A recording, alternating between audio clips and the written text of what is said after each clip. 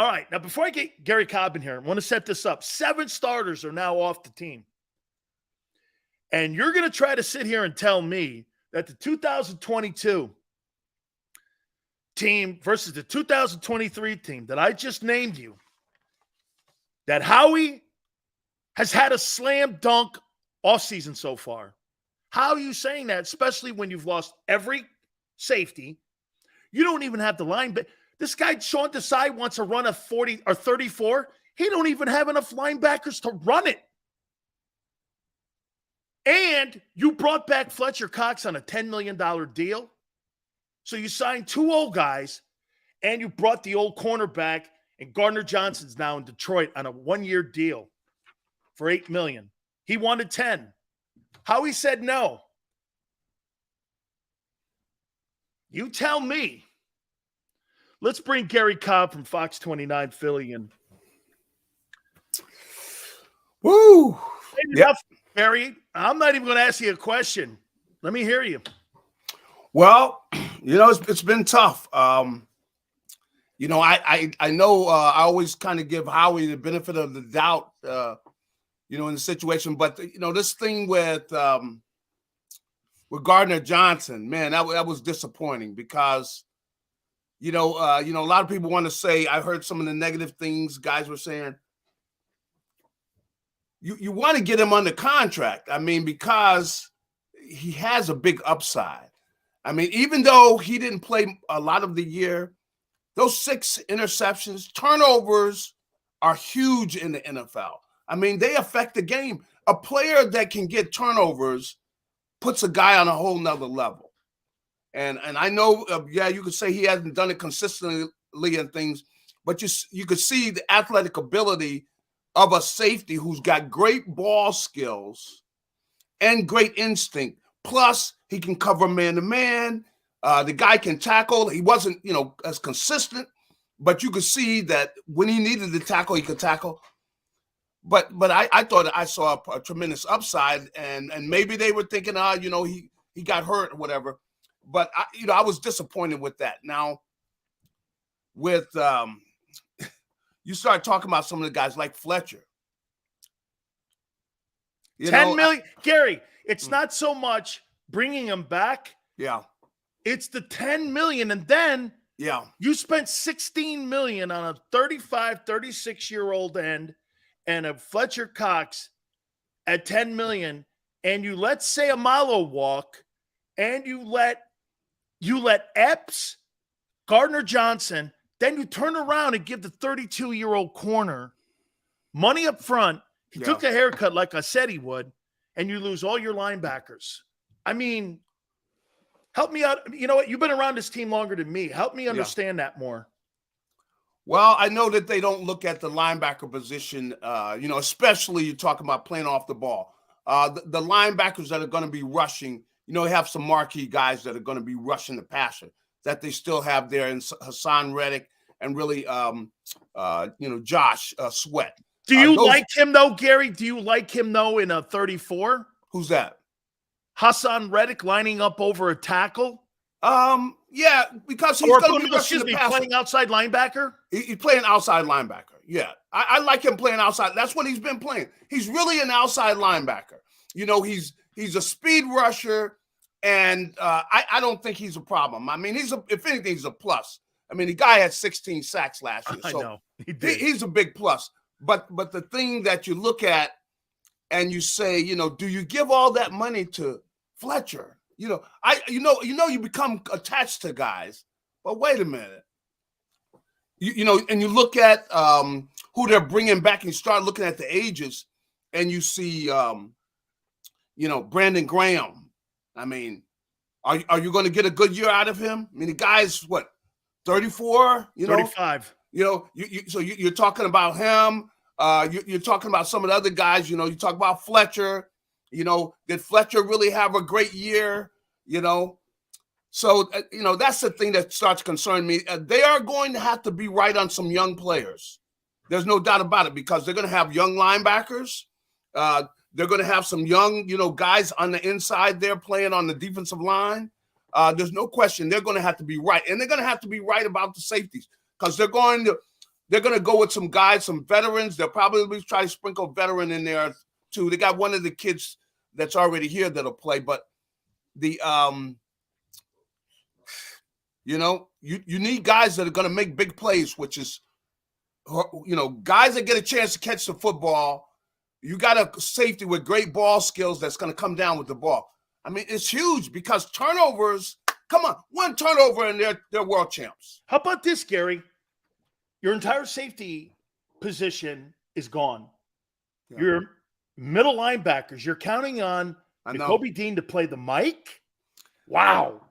You had, the thing is, he's calling a lot of the adjustments. He's that's the thing is, you got young guys in there because the linebackers and the safeties change the defense during, just before the play. They're making the adjustments.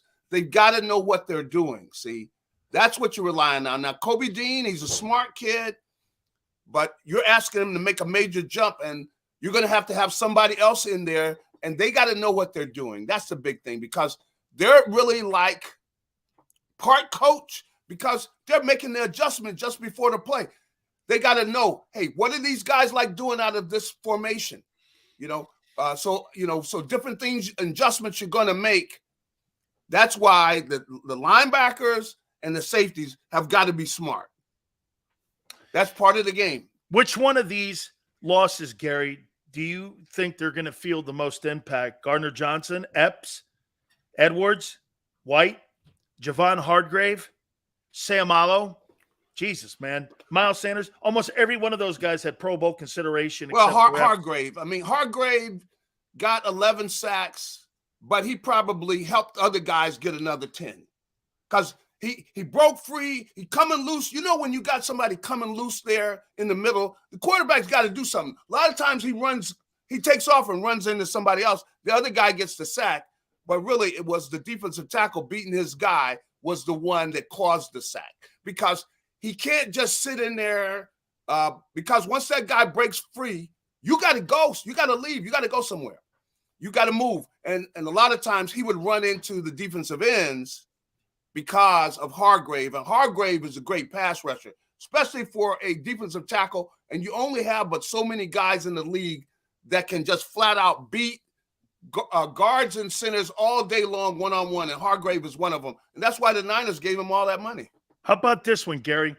NFL Players Association listed the numbers on where they are as of March 20th with the cap and with the new season starting. 38 days from the start of the NFL draft and obviously free agency out there. Here's where the Eagles are.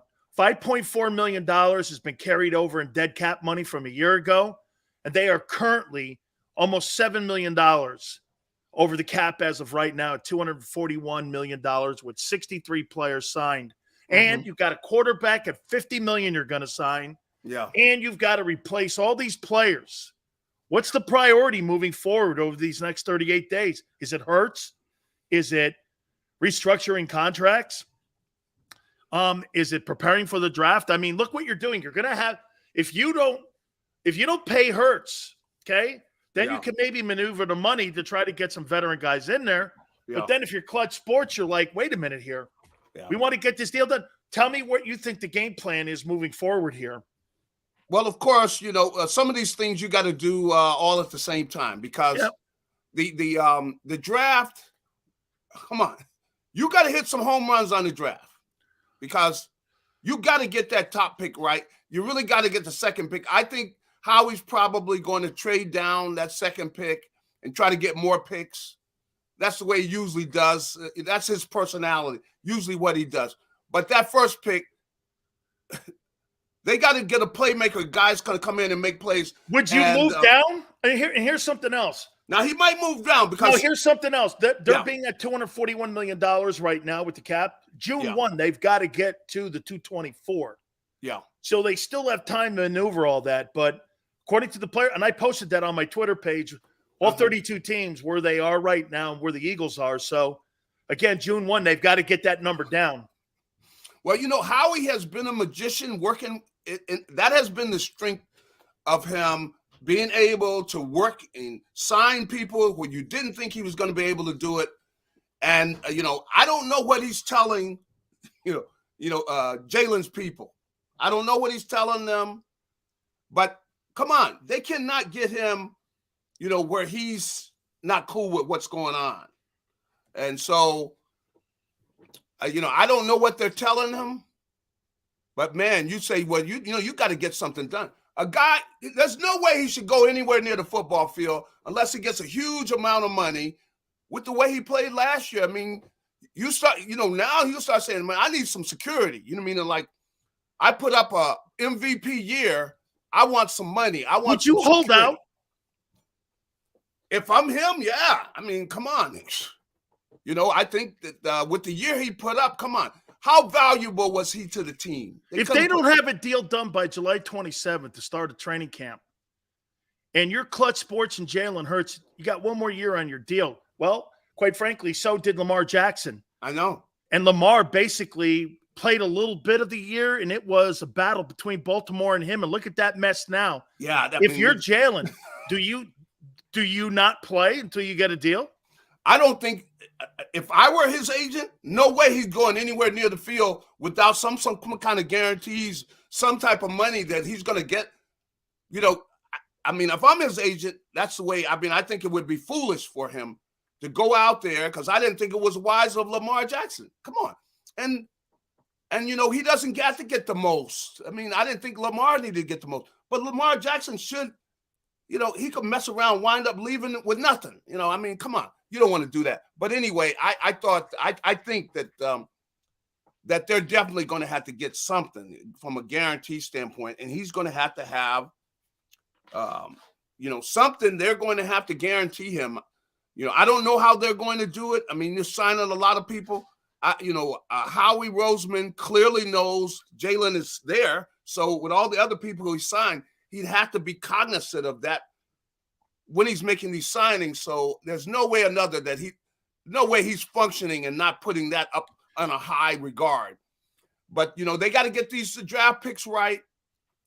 Then you want to look around and you want to find some players that they can bring in that can come in, seasoned players. And I think they can get some of these guys with, let's say, some safeties. They got to be solid. They got to be smart. They don't have to be the greatest players because clearly, you put the money in wanting to re-sign the cornerbacks. That's what you did. You went out and said you're going to need the corners. I think the corners are more valuable. And, Avonte Maddox is a good player. So you got good coverage people. Now Gary, you got to have smart safeties. Do you think now, with what you've seen in the first week of free agency, do you think the priority in the draft has changed from, I was saying this kid, Devon Witherspoon at 10 from Illinois. I love him. He's my favorite player in the draft. I saw him play against Michigan. I think this guy's like a Bob Sanders kind of guy. I mean, he's just a hitter. I love the kid. However, does it change now, or do you think it's still the same priority? Because old man Slay, 32 now, didn't play well in the second half of the season, played well I thought he played great, actually, in the first half, second half, and then the last month, I didn't think he played that hot. Okay, I mean, is it still a priority at corner, or do you think about some other angle there at 10? They may not draft a corner, because, they brought this other kid, Greedy Williams. They signed him, too, a young corner. You think DT is a priority there now? If Carter falls, that Jordan Carter kid goes to 10. Well, yeah, without a doubt, because that's the Eagles. They prioritize the lines. And I think that you're going to see Jurgens is going to move over and take over for Seumalo. That's what's going to happen. And they because really, and you look at these guys that they picked up there in the top of the draft last year, they're stepping into spots. Jordan Davis, of course, as a defensive tackle, Nakobe Dean as a linebacker, and then Jurgens will be playing on the right guard position. So, that makes sense. It's what they really the way they had it set up. So the thing, though, with regards to the cornerback and everything, they haven't drafted cornerbacks top. They draft defensive linemen, offensive linemen. That has been their priority. So you would think they would go with that defensive tackle spot and go ahead and grab the kid from Georgia if he's there. I'm going to ask you two last questions here. And this one here goes, I said this roster Hurts and, I mean, look, I think Rashad Penny's averaged 8 games a year. I don't think much of the sign. Boy. He was a bomb in Seattle. We'll see what it does. Brown, Smith, Goddard, Malata, Dickerson, Kelsey, Jurgens, Lane. That's a fabulous offense, probably the best offense in the NFC. Then when you go to Graham, Davis, question mark, Fletcher, old, not depth. I love Milton Williams. Josh Sweat, in my opinion, is their best defensive lineman. He could play 3 downs. Kobe Dean. I don't know about you, though, Gary. I haven't seen it enough yet. Sean Bradley, Slay and Bradbury, very good there. Tristan something and Blankenship. I mean, do you really think Jalen Hurts could carry that football team to an NFL championship like Mahomes? I told people this. We're going to find out more, Gary, about Jalen Hurts this year than we did about him last year, because that was a loaded team. He'll never have a team like that ever again. Because when they start paying him, these are the casualties of war. That's part of the deal. They still got it. They got an offense that's going to be scoring points. Oh, absolutely. Defensively, they got to get great years out of those guys rushing the passer again.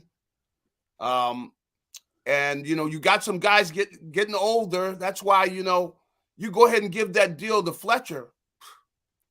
You wonder if you could have gotten some guys. I mean, there's really not that much out there, but they're going to have to draft well. And if they're able to get the kid from Georgia, that would be a huge plus to get another guy who come in, maybe even rated higher than Davis, really. So that would be a huge signing. But I definitely think they're going to address the defensive front in the draft. That first pick will probably be a defensive lineman. Last question. And this kind of goes on the side of the Eagles here and their quest to repeat.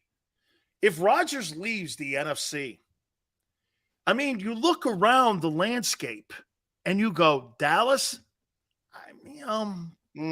Minnesota, I don't know. No. Right. I mean, did the Eagles fall further than what the NFC is continuing to trend down? And to me, Gary, maybe you don't have to have that superstar number 2 ranked defense that you had a year ago to win 12 ball games. It's not about the wins. It's about getting to the NFC title game again. Yeah. I mean, am I wrong when I say that? To me, I go, the Eagles, they're not clearly the same you don't team, have the same team. You don't have that. But the NFC without Rodgers? Yeah. I mean, who's next after Jalen?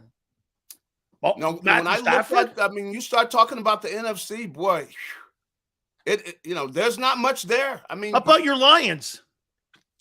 They're up and coming team, but still question marks. But they've never done anything, right? Like you said, they got a lot of question marks. So,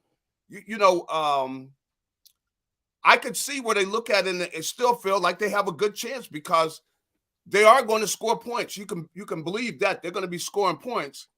The whole thing, who they're going to be able to stop. But they got to go ahead and they got to do a good job drafting when it comes to the defensive line. And who knows, maybe they draft a linebacker. But they're going to be drafting defensive players, and we'll see what they can do with those picks. And they're going to have to be able to trade down probably and do a good job of drafting those guys in the middle of that draft. Yeah, and old man Slay got mad at me last week. He, was going back and forth with me, and I don't know. Yeah. I mean, I told him he'd take a haircut, and when they were going to release him, he fired back. In the morning he goes like this: Philly, we'll see where I land next, and then in the afternoon we're going to run it back like I never left. And I went like this: wait a minute, you were not a free agent. You were still under contract. Yeah. You turned yourself into a casualty of the cap. And he's like, oh, no, and he started firing back and all this and that. And I'm like, don't worry, man. I mean, old man Slay, you got your money. That's right. well, now, which is different, it's much different than when we played. I mean, when you jump on here, you're jumping on social media and stuff. We were never able to be that out there. But that didn't help. That doesn't help you. It doesn't help. It doesn't. Hey, and help. I think actually too, Gary, it rubbed Gardner-Johnson wrong when they gave him that money up front Yeah. And I think that's why he took $2 million less. Yeah. I mean, I see. Hey, you know, Gary, I'm hearing this from Chris Spielman. I know you know Chris very well. Yeah. Chris goes like this. Hey, you know, man, I mean, I think Howie had a problem opening up his checkbook for a guy who made $800,000 a year ago to pay him $10 million. And he didn't want to go there. And Howie couldn't open up the purse strings. You know, sometimes he's got a zipper on that wallet. Well, but he's pretty savvy though. I got to get Howie's man. Savvy, he is. But I know he's disappointed. They wanted CJ. They wanted him back. So that's one they didn't get. You know, some of the ones, where a guy leaves, they had already counted some of those guys gone, but they wanted CJ back. So that was a disappointment. Absolutely. Gary, I'll catch you next week. And, hey, man, Gary, the Eagles are more interesting now than they were during the football season. They have got a lot of interesting things going on. It's going to be Howie's got to have a good finish. That's right. I love it. 38 days to the draft. Gary, love you, man. Thank you so much. Have a good one. You bet, man. I appreciate it. Don't forget, Garry Cobb, Fox 29. Hit the like button. We're going to hit on that. Jalen Hurts sitting out the 2023 season. Is it a reality? No one's brought that up. Lamar Jackson just kind of had a pseudo sit out a year ago. Keep it here on the National Football